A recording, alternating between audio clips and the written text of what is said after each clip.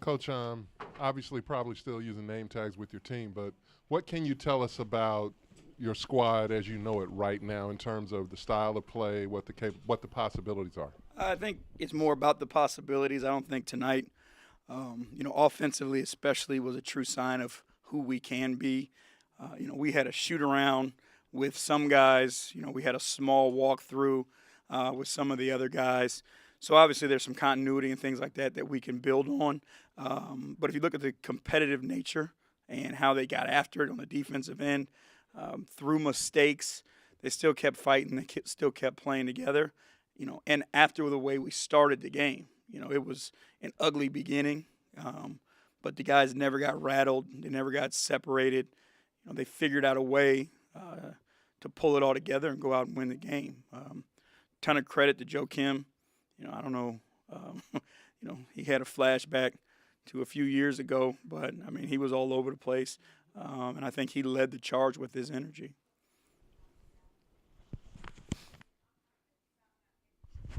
JB, early in the season, we saw games where Jaren would get the two early fouls like he did tonight, not get in a rhythm and never quite get it back. Big shots for him in the fourth quarter down the stretch.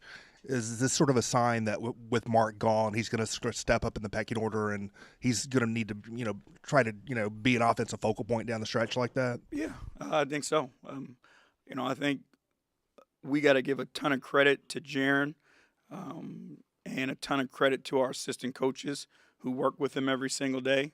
And they've helped him not only with the physical aspects of the game, but the mental aspects of the game as well. Early on, those two fouls would have led to a ton of frustration.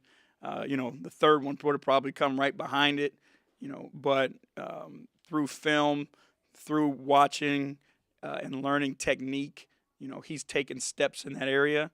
And then, the kid is fearless, go all the way back to his first summer league game. There's no moment that's too big for him. Obviously he's had his up and downs and things like that, but it's never because he's been overwhelmed. So he's got that courage, and now it's just the understanding of, how do you take over the fourth quarter, how things change in the fourth quarter. The whistles are a little tighter in the fourth quarter, especially when you're banging down there in the post. So now you got to be able to create your space and create your shots down there. So I think that's where, he's going to take a step. Skills there, the want-to's there. Now it's just going to be a matter of experience for him. Do you have a set starting lineup sort of in mind, or are we going to see some more experimentation as far as the lineups you go to start the game? I think for now we're set. We're still obviously new to one another.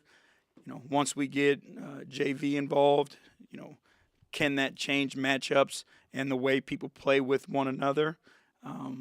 We'll try to put the best groups on the floor, guys that complement one another, but it's not going to be something where we're just throwing bodies in a lineup.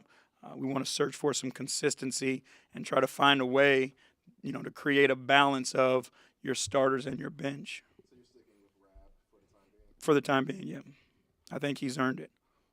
Any final questions? Thank you. All right, thank you.